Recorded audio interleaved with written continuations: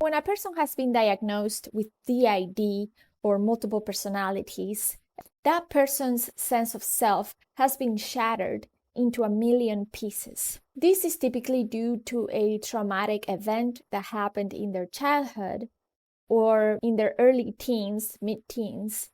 And so because the person couldn't quite cope with what happened as themselves, because this was too terrifying and too painful to deal with, the mind develops multiple alters that they can deal with the trauma instead of the person dealing with the trauma themselves. And so in a way, there is an alteration of consciousness and an alteration of identity. Imagine that the perfect sense of self, the perfect sense of identity is represented in a glass of water. It's a glass of water that's filled to the top, and it's a perfectly fine glass. And then something happens, somebody throws it onto the floor, and then it shatters in lots of different pieces, but the water still touches all those pieces, just like multiple personalities occur within a person.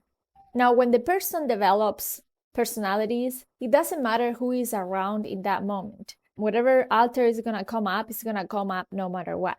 However, in the identity disturbance that we see in borderline personality and vulnerable narcissism, the person changes who they are based on who they surround themselves with. So when they are with a cousin, they act more like their cousin.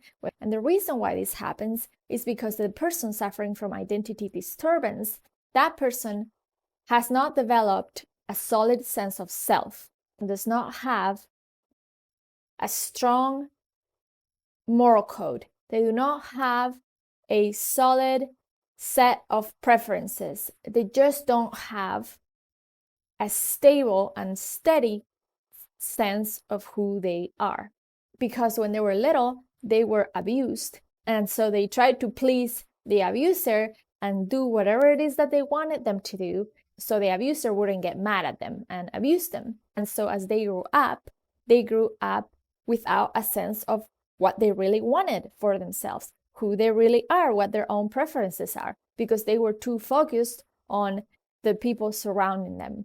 If you imagine that that person's personality is like a glass, it could either be an empty glass with no water in it, or it could just be that there's no glass at all.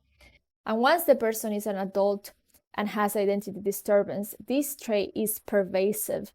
While the person with DID or multiple personalities, their personalities don't just come out in accordance to whoever they are around.